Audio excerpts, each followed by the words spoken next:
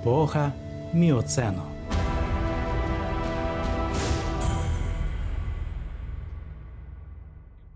Неогеновий період або неоген є другим періодом кейнозойської ери в історії Землі. Неоген складається з двох епох – ранньої міоцену та пізньої пліоцену. Міоценова епоха була часом найбільшого процвітання тваринного і рослинного співтовариств, адже за палеонтологічними даними їй властиве найзначніше біорізноманіття за всю історію кейнозойської ери. Отже, міоцен бере свій початок 23 мільйони років тому та закінчується близько 5,5 мільйонів років тому. На початку епохи міоцену розташування континентів майже відповідало сьогоднішньому, проте багато перешийків і півостровів ще не сформувалися. Ця епоха характерна активним горотворенням, адже, як ми знаємо раніше, в Палеогені відбулося зіткнення сучасної Євразії з Індією, внаслідок чого і відбувся процес, який поклав початок формуванню Гімалаїв. Однак під час міоцену рух Індії не припинився, а залишився, таким чином чинячи тиск на азійський регіон. Це і змусило Гімалайські гори продовжувати рости і формуватися. Щодо клімату, то він залишався помірно теплим, але глобальне охолодження, що вело до льодовикового періоду плейстоцені, продовжувалося. Приблизно всередині сезону були досягнуті оптимальні теплі температури для успішного розвитку великої кількості видів рослин і тварин. Протягом міоцену спостерігалося значне зменшення площі лісів та джунглів. Через кліматичні зміни у зв'язку з посиленням похолодання скорочувалися норми опадів, ліси висихали, а степи, савани і луки розширювали свої межі. Тому рослинам доводилося адаптуватися до цих змін.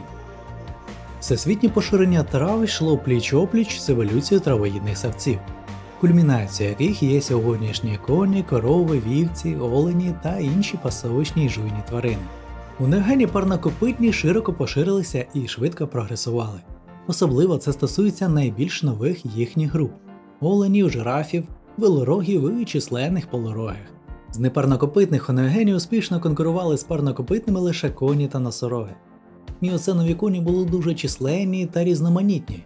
У цей період були характерні трипалі коні – парагіпуси, мерігіпуси, гіпаріон та інші. Загальний напрямок їхньої еволюції характеризувався подальшим збільшенням розмірів тіла. В епоху міоцену, як і у палеогені, домінуючою групою були савці, які значною мірою урізноманітнилися – від дрібних савців, таких як група гризунів, до величезних хоботних та китів, які заселили простори океану. Архаїчні групи савців поступово змінювалися більш високорозвиненими, і до кінця епохи склад фауни вже нагадував сьогоднішній. М'ясоїдні креодонти і антилодонти, на жаль, вимерли, наостанок давши життя своїм найбільшим представникам. Загін гієнодонтів продовжував існувати тільки завдяки своїй спеціалізації, що дедалі посилювалася та виражалася в значному збільшенні розмірів їхнього тіла.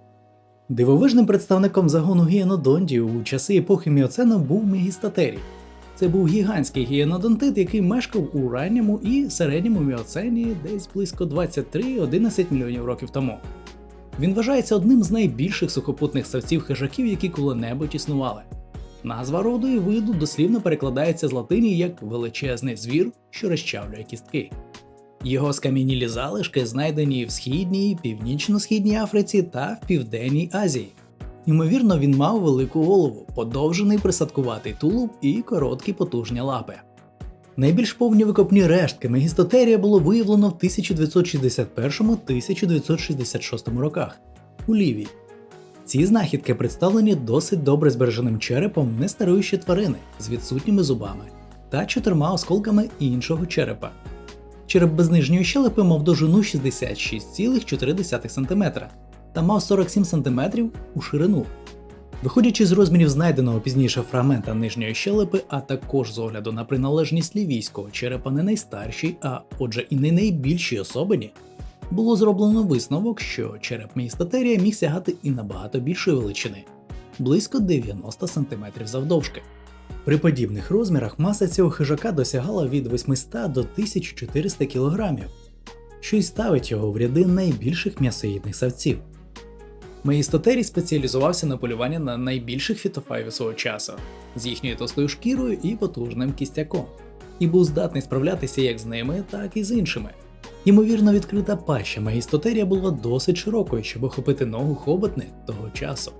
Судячи з усього, у той час в Африці просто не існувало інших хижаків, здатних впоратися як із залишками, так і з живою здобиччю такого розмірного класу, що й дозволило Мегістотерію проіснувати в Африці понад 10 мільйонів років. Рід Мегістотерії виник на початку міоцену, коли епоха панування гієнодонтів уже наближалася до свого завершення і вінчає собою африканську гілку їхнього розвитку. Також вагоме місце серед хижаків того часу займала дінокрокута, рід хижих савців із вимерлого гієноподібного сімейства перокрокутит. Назва дінокрокута перекладається як «жахлива гієна». Ця назва народилася через поверхневу подібність у фізичній формі між сучасними гієнами і дінокрокута. Однак більш ретельне вивчення роду помістило його всередині групи перокрокутит, які відділені від гієн і ближче до котячих і хибних шаблезубих кішок. Представники цього роду були досить великими тваринами та важили близько 400 кг. Відрізняє дінокрокута її величезний череп з високонадійною конструкцією і великими зубами, які були здатні генерувати зусилля, здатне трощити кістки. Дінокрокута була винятково сильним хижаком і падальником, здатним полювати на тварин, які набагато перевершували її в розмірах. Хоча наразі невідомо, чи була дінокрокута поодинокою або соціальною твариною. Вона, ймовірно, могла полювати на таких тварин, як носороги хілотерії, які мали бивні. Достатку рослиноїдних савців у лісостепах і саванах неогену відповідає різноманітності хижаків, адже у міоцені вже існували усі родини сучасних хижих савців. Примітивні криодонти остаточно поступилися місцем прогресивним хижим звірям – котячим, псовим та ведмежам. В епоху міоцену і пліоцену жив сумчастий шаблезубий тигр або теласкоміл – рід високоспеціалізованих хижаків родини теласкомілових. Хоча теласкоміл є одним з кількох родів хижих савців, яких зазвичай називають шаблезубими котами, він не був плацентарним котячим, а був спарасодонтом – групою, тісно пов'язаною з сумчастими, і лише зовні нагадував інших шаблезубих савців в результаті конвергентної еволюції. Він був найбільшим із спарасодонтів та являв собою масивних кремезних хижаків. Їхні розміри найбільші в сімействі і порівняні з розмірами ягуара. Порівнюючи теласкоміла з вимерлими та сучасними хижими та сумчастими тваринами, дозволяють припустити, що він важив від 80 до 120 кг, а за однією з оцінок і до 150 кг. Тобто приблизно стільки ж, скільки важить сучасний ягуар. Череп теласкомілів становив від 19 до 26 см та мав великі шаблеподібні ікла. Вони росли протягом усього життя тварини, піднімаючись дугою вгору по верхній щелепі та над очима. Зуби теласкомілів в багатьох аспектах навіть більш спеціалізовані, ніж зуби інших шаблезубих хижаків. По обидва боки переднього кінця нижньої щелепи у теласкомілів були характерні симфізні виступи, такі собі лопасті, що захищають ікла при зачиненій пащі. Вони були настільки великі, що навіть при зімкнутих щелепах величезні верхні ікла зазвичай не досягали їхнього нижнього краю. Щоб не пошкодити іклів, укус, як правило, наносили в ділянку черева або з боку в шию у відносно невеликих тварин. Теласкоміли співіснували з дуже великими нелітаючими хижими птахами сімейства фероракосових. Як і теласкоміл, ферораки часто полювали на великих савців, що могло породжувати між цими хижаками конкуренцію за здобич. Причини зникнення теласкоміла до кінця не з'ясовані. Ймовірно, їхнє зникнення було пов'язане з цілою сукупністю чинників. Наприклад, до цього могла призвести зміна складу фауни рослиноїдних савців, що відбувалася на тлі постійного натиску фероракосових у період глобального висушування клімату. Тому, проіснувавши протягом кількох мільйонів років, на жаль, теласкоміли вимерли, не залишивши нащадків. У середньому міоцені на території Євразії приблизно 15 мільйонів років тому з'являється махайрод – рід вимерлих хижих савців підродини махайродові шаблезубі коти, які жили у кайнозойську еру в періоді від середнього міоцену до пізнього плейстоцену від 15 до 2 мільйонів років тому. Протягом свого існування махайроди були представлені 20 різними видами, які мали вельми не схожу зовнішність. Проте їхньою спільною характерною рисою були довгі верхні ікла з зубчастими внутрішніми гранями. Ікла махайрода були набагато довші за ікла сучасних представників родини котячих, але вони поступалися розміром іклам смілодонів, іншого роду підродини махайродових, які існували пізніше у епосі плейстоцена. Більшість видів сягали у вазі 220 кг, хоча найбільші представники по різним оцінкам мали вагу близько 350 кг та мали висоту в плечах 1,2 метра. Передбачається, що махайроди використовували свої ікла для перерізання горла жертви, вражаючи основні артерії і, можливо, роздроблюючи трахею. Здебільшого мешкали в лісах і відкритих заплавах. Загалом середовище проживання було схоже на те, в якому мешкають сучасні леви. У своїй екосистемі махайроди зайняли вершину харчового ланцюга і полювали на великих травоїдних тварин, типу мастодонтів. Рід Урсавос в міоцені представляв родину ведмежих. Вони жили на території Північної Америки, Європи та Азії. Урсавос алменсіс також відомий як світанковий ведмідь, як правило, вважається найбільш раннім безперечним видом ведмежих. У районі Гансу, Китай, було виявлено повний череп із шарів верхнього міоцену, що належить новому виду Урсавос тетфорді. Він був розміром з вовка і вважається найближчим до спільного предка сучасних ведмедів. Великим представником ведмежих міоцену був агріотерій, чиї скам'янілості було знайдено в шарах від міоцену до плейстоцену Північної Америки, Євразії та Африки.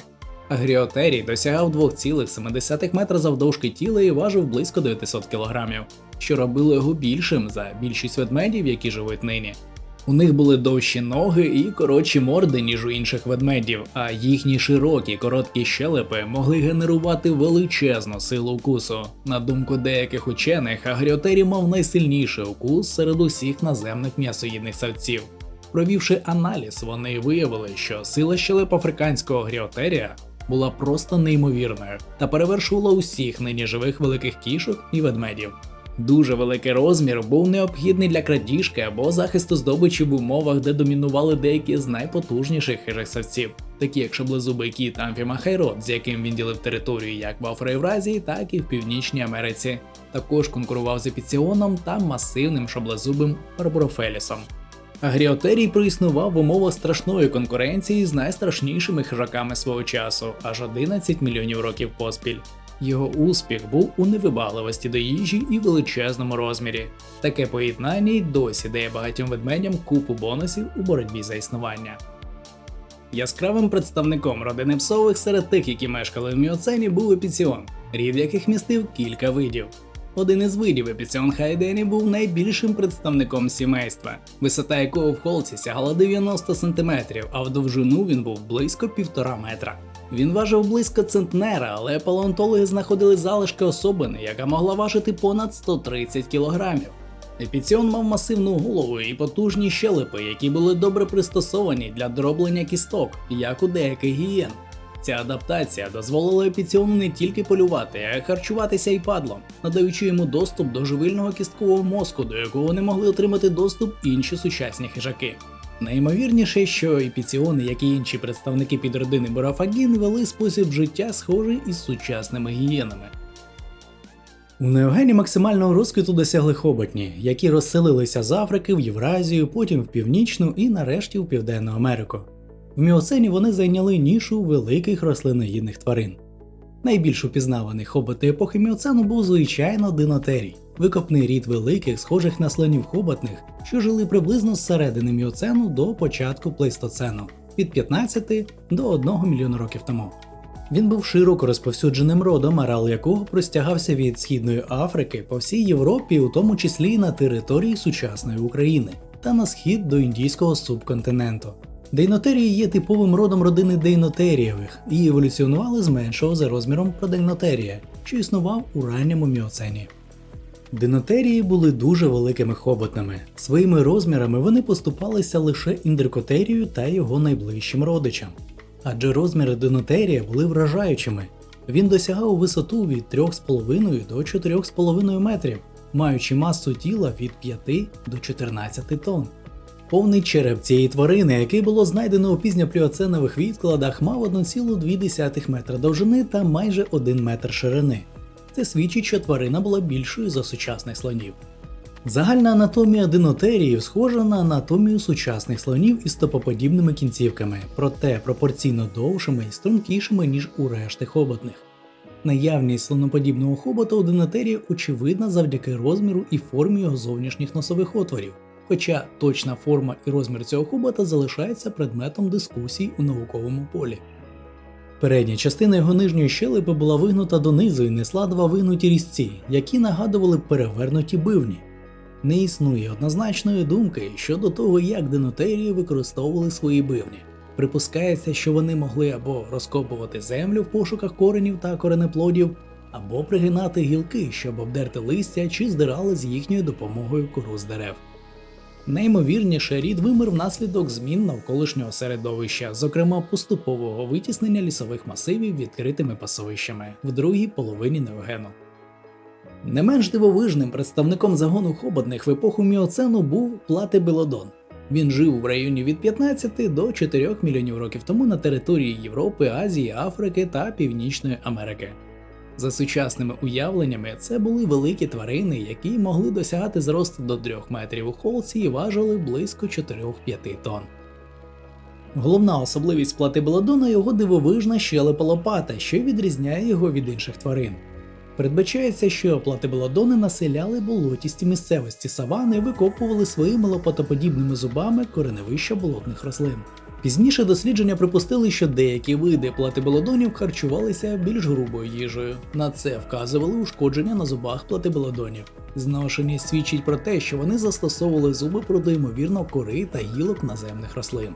Зрештою, раціон платибелодонів був схожий з раціоном сучасних слонів. Вимирання цих звірів відбувалося поступово протягом майже 10 мільйонів років у зв'язку з висушуванням клімату. Першими зникли азіатські платибелодони 12 мільйонів років тому.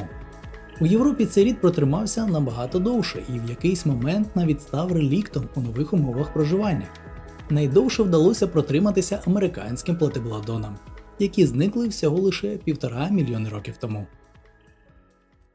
У міоцені жило 100 видів мавп по всій Африці, Азії та Європі. Вже тоді вони широко варіювалися за спеціалізацією в харчуванні, розміром та будовою свого тіла. Саме в термін близько 8 мільйонів років тому з'явилися перші примати, що й стали початком лінії гомінідів – приматів, що ходять на двох ногах. Вони стали початком дерева, що веде до сучасних людей. З'явилися сахелантроп, порорин і ардіпітеки, а також наприкінці міоцену, початку пліоцену відбулася така важлива подія, як поява двоногих приматів – австралопітеки. Рід викопних вищих приматів, що володіли ознаками прямоходіння і антропоїдними рисами в будові черепа, які заселили Східну Африку та стали прямими предками людей. Австралопітеки були всеїдні. Для нападу і захисту використовували кістки тварин, палиці або каміння. Можливо, найрозвиненіші види вміли їх навіть дещо обробляти. За абсолютною величиною мозкової порожнини австралопітеки не набагато відрізняються від шимпанзе, а горилам навіть дещо поступаються. Останнє пояснюється невеликими розмірами тіла австралопітеків. За обсягом їх мозок становив не більше як 35% від середніх розмірів мозку сучасної людини. Розміри тіла також були невеликі, не більше 120-140 см у висоту та мали вагу від 25 до 50 кг. Як саме австралопітеки перейшли до прямоходіння, поки не зрозуміло. Серед причин, що розглядають, називають необхідність хапати об'єкти, такі як їжа і дитинчата, передніми лапами, і оглядати околиці поверх високої трави в пошуках їжі або щоб вчасно помітити небезпеку. Висловлюється також припущення, що спільні предки прямоходячих гомінідів жили на мілководді, харчувалися дрібними водними мешканцями, а прямоходіння сформувалося як адаптація до пересування мілководдям. Пропонується і версія про те, що прямоходіння – це один із необхідних елементів для кращої пристосованості до життя на деревах. Але більш достовірною версією виглядає зміна клімату, яка, на думку учених, відбулася приблизно 11 мільйонів років тому. У той період кількість лісів різко знизилася і з'явилося багато відкритого простору. Ця умова й послужила спусковим механізмом, що підстілбував мав предків австралопітеків освоювати землю. Океани також були налаштовані на швидке збільшення біорізноманіття, і серед цього вибуху життя опинилися і морські савці. Китоподібні досягли максимального розмаїття за всю історію – 20 визнаних родів вусатих китів, у той час як у сучасний період живуть тільки 6. З кінця раннього міоцену до раннього пліоцену протягом щонайменше 10 мільйонів років найпоширенішими вусатими китами був рід цетотерієві. Кити даного роду мешкали в морях, що вмивали Європу, Азію і Північну Америку. Різні види цитотеріїв досягали від 2 до 8 метрів завдовжки, а довжина черепа становила близько 1/4 довжини усього скелета. Вони населяли помірні, теплі, тропічні та субтропічні води Світового океану, віддаючи перевагу теплим внутрішнім морям. На деяких кістках цитотеріїв є сліди зубів великих акул, таких як мегалодон. Вони або нападали на живих китів, або пожирали їхні мертві тіла. Зубатих китів у цей час також стало набагато більше, і всі вони були пристосовані для полювання на інших морських савців. Це і бригмофізетер, викопний вид зубатих китів родини кашалотових, що існував у міоцені 15 мільйонів років тому. Був досить великим хижаком свого часу, що міг сягати 12 метрів завдовжки. Він мав спеціальний орган на верхній щелепі, що використовувався для ехолокації. За допомогою ультразвуку кит полював на рибу, ластоногих та кальмарів. Також у той час жили акрофізетери – рід вимерлих кашалотів, які жили у пізньому міоцені біля узбережжя Перу, до складу якого входять два види – дейнодон та робустус. Вони мали 4 метри довжини, що робить їх найменшими хижими кашалотами. На відміну від сучасних кашалотів, у нього були великі зуби як на верхній, так і на нижній частині щелепи. Через свою коротко загострену морду і сильні вигнуті передні зуби вони ймовірно харчувалися великими морськими хребетними свого часу, такими як тюлені та інші кити. Акрофізетери також мали гарну ехолокацію, як у сучасної рідні. Але найбільшим з усіх цих гіперплотоядних кашалотів був Левіафан Мелвіла, можливо найбільший з активних хижаків, які коли-небудь існували. Викопний кашалот, на відміну від сучасного кашалота, мав функціональні зуби в обох щелепах, які були найбільшими зубами серед усіх китів, а можливо і серед усіх тварин. Розмір верхніх зубів мав діаметр 12 см, а довжину 36 см. Загальна довжина тіла доходила до 17,5 метрів. За цієї довжини масу тварини було оцінено в 57 тонн. Левіафан Мелвіла був вищим хижаком і, ймовірно, справляв значний вплив на структуру морських екосистем міоцену. Будучи такою масивною твариною, він, ймовірно, міг полювати практично на всіх, з ким стикався у своєму середовищі. На думку дослідників, Левіафан Мелвіла живився великою здобиччю, наприклад, вусатими китами, які були поширені всередині міоцену, а також акулами, тюленями та дельфінами. Цей гігантський кашалот співіснував в одних і тих самих місцях із найбільшою акулою за всю історію Землі – мегалодоном, який також був вищим хижаком, що передбачає конкуренцію за схожі харчові ресурси. Ці гігантські акули процвітали в міоцені з тих самих причин, що й морські савці. Про його розміри судити важко, але дослідження викопних останків, загалом представлених великою кількістю зубів і скам'янілих хребців, показує, що ця акула мала гігантські розміри, досягаючи згідно з останньою оцінкою максимальної довжини тіла у 20 метрів.